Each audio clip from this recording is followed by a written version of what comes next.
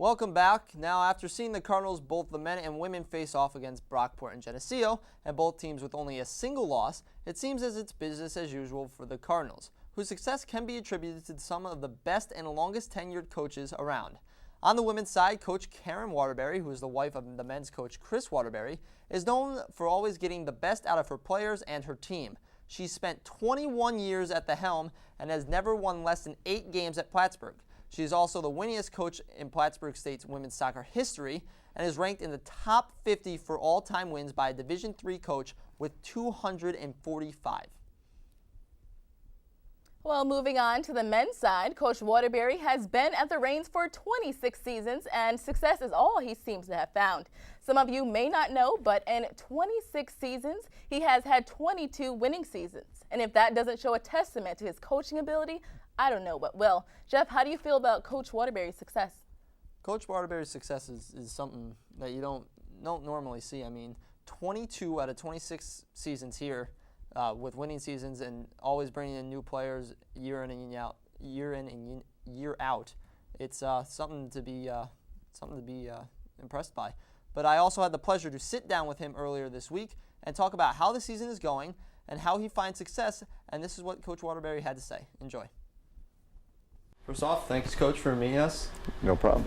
Sitting here with men's soccer coach Waterbury. Going to talk about last season, a little bit of this season. So this is your 26th year coaching the men's soccer team, and during that time, you've led Plattsburgh to 22 straight winning seasons while averaging 15 wins a season over the last 10 years.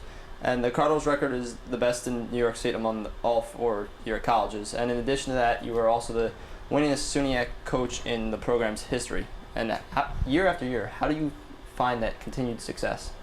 Well, that's a good question. To be honest with you, I'd like to give credit to elsewhere in the sense that, we've surrounded ourselves with some awfully good assistant coaches, and obviously, you're only as good as your players. So from that standpoint, you have to give the players a lot of, just due. The type of players that we're trying to bring here are players that have very, very high expectations. The goals and expectations at the program are very high, and so we want players that have those same expectations, and so that's been a big part of it. We've had real good players here. What were your hopes this season before the regular season began, and then how they changed? Okay, well, really over the last many years, our hopes, our goals, our thoughts really haven't changed. Our goal has always been to academic and athletic excellence. Our goals have always been to, win the conference. Our goals have always been to make the NCAA tournament. Our goals are, as funny as it sounds, we know that it's very difficult to win every single game, but we want to win every game. Yeah. And but that's not a specific goal of ours. But the expectation is, going into every game, we're going to win it. Mm-hmm. And so really what it comes down to is, you want to be, we've always looked at the season into 3/3. The first third is sort of the, we go to several tournaments, some non-conference games. The second third is conference play, which is setting you up for the final third, which is conference championships, and then postseason after that. And so we've always looked at it that way, and with the idea that, I know it sounds a little interesting the way I'm saying this, but our goal has always been to, for the seniors of our team, we want to extend their senior year as long as possible. So we talk about that at the beginning of the year. Our seniors have 18 games left in their life, as a collegiate soccer player, and our goal is to give them one more game as best as we can, week to week. And if we can make it 19 or 20 or 21 or 22 keep going, that's our goal. Yeah. Senior defender, we're going to play. Bart Mishak was honored as the Defensive Player of the Week last week for the ECACs. How much do you count on him as a leader on the field to be like the voice to help out the teams and to position the players and stuff like that? Bart's a 2-time returning All-American. He's obviously an extraordinarily gifted athlete. He's really come out of his shell a little bit. He's pretty, believe it or not, he's not the most vocal, animated player.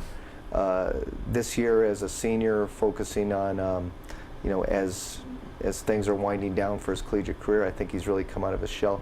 We have an extraordinarily unique situation where the combination of him and John Logerato, who's our other center back, who most people would feel, ironically, I think if Bart wasn't on our team, I think John Logerato probably would be an All-American as well. But they sort of take votes away from each other. I wouldn't ask for another center back on any other team. I think we have the top 2 center backs in the conference right now. Yeah. And but though John is, I think he's been a good leader for us. Bart tends to lead more by example, but the combination of the two has just been absolutely lethal. And who do you say, like during a rough game like Brockport and stuff like that, even rougher games? Who do you count on the team to take charge and like rally the team during that tough game? Well, and again, I mean, there's some people, like we mentioned, Logerato or Bart Mishak, who, they're just they're just absolute warriors. On the field, you look at people like Matt Hamilton and some others, and then obviously I think a person who's a tremendous leader is Chris Taylor, our captain. But we're fortunate. We've got a lot of players who aren't identified captains or things like that, who have done a real good job of just leading. And it's not a one-person group. I think again, we can't focus on 2 or 3 people making a difference. We need every single guy to make a difference. So the guys I mentioned are warriors and have really battled hard, but we've got an awful lot of guys that can contribute that way as well. The women's coached by Karen Waterbury, they're 6-1-1. Yep. Is there like a friendly little rivalry going on between the two teams? Like, oh, we got the better record, come catch us. And you encourage players. Does she encourage the players on the women's side, and you encourage the players on the men's side? Go out and support. Yeah. Go support the other team. Well, I don't think we actually do it, but I think there's a natural camaraderie there where I think the men's team will definitely support the women's team. And in fact, to be honest with you, we've tried to we want to support all our sports. Yeah. And I think at Plattsburgh the sports do a great job of supporting each other.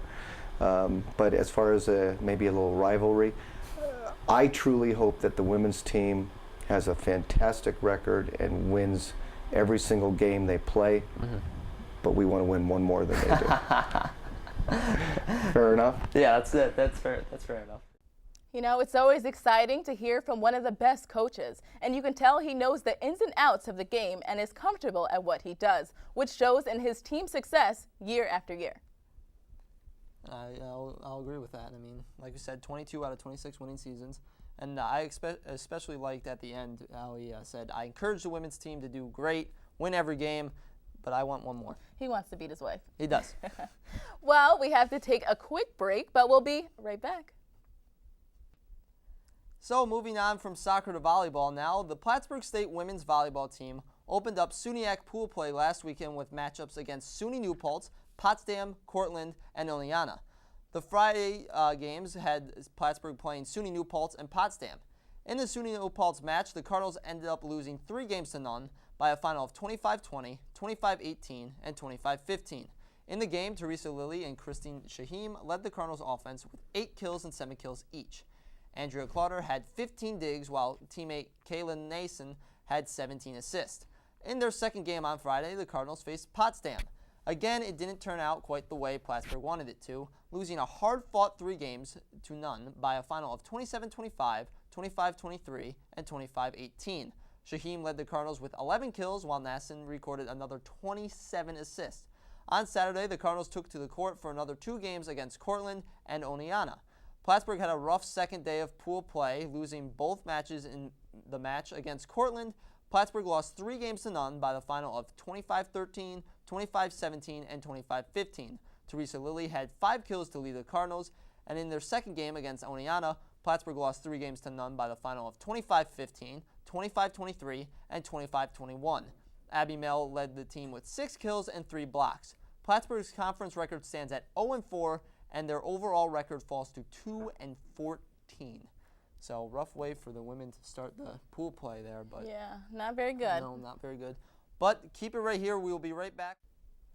Welcome back, and now we have some exciting games coming up this week that you won't want to miss, including 2 great women's soccer matchups here at home. That's right, Jeff. The women's soccer team takes on SUNY Oswego tomorrow at 4 p.m. and SUNY Cortland Saturday at 1 p.m.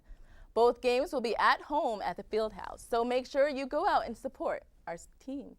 SUNY Oswego comes into the game at 5-3 on the season and has tallied 19 goals on the season, including a staggering 8 goals against Uville College to open the season. They can also show that they can be tough when games go deep, as they beat Nazareth College last week 2-1 in double overtime. The Cardinals' defense will have to stay sharp to avoid giving up too many goals in order to keep themselves in the game. Cortland currently stands at 5-2-2 and will also be tough to beat for the exact same reasons as Oswego. It will be a hard-fought game if the Cardinals can't put the game away quickly in regulation. Cortland has already played in 5 overtimes, winning 2, losing 1, and tying 2 others. They also come into the game winning 4 out of their last 5 and their last 3 in a row. Cortland has also exploded in one game to score 7 goals against Mount Holkey. So this is a dangerous team that will force Plattsburgh to stay on their toes and focus throughout the entire contest. Falling asleep on a single play against either Oswego or Cortland could spell disaster for the women's team. And the good news for the women is they will have the support of the home fans Yeah. as they are at the Fieldhouse. They got 2 home games, just had 2 away, so these are tough teams. And they now flip-flop with the men who had 2 home, and they now go for 2 away. The men, meanwhile, as I said, take on the same teams, but are away for both games. Their big one is against rival Oswego. Even though they're currently 2-5, the Cardinals cannot afford to overlook Oswego. They fell asleep against Brockport, and it cost them the embarrassing 3-0 loss, which was the worst home loss in the last 19 years under Coach Waterbury. So after starting their conference schedule at home, the men's soccer team will continue conference play with their first game tomorrow at rival Oswego at 4 p.m. Plattsburgh will be looking for revenge from last year's 2-1 double overtime loss to Oswego here at the Fieldhouse. For the Cardinals, the offense will need to get it going. In 9 games this year, the team has scored 17 goals, but over the last 5 games, they've only scored 7. Their success can be attributed to their defensive success on the year, and in 9 games they played, the team has only allowed 4 goals. Plattsburgh had an impressive 723-minute scoreless streak at home that was broken last Friday against Brockport, who scored 3 goals in the SUNYAC opener. Chris Taylor leads the Cardinals with 9 points on the season and has recently taken over possession of 4th all-time on the career assist list for the Cardinals. Pat Shaughnessy and Mike Payne led Plattsburgh with 3 goals each on the year.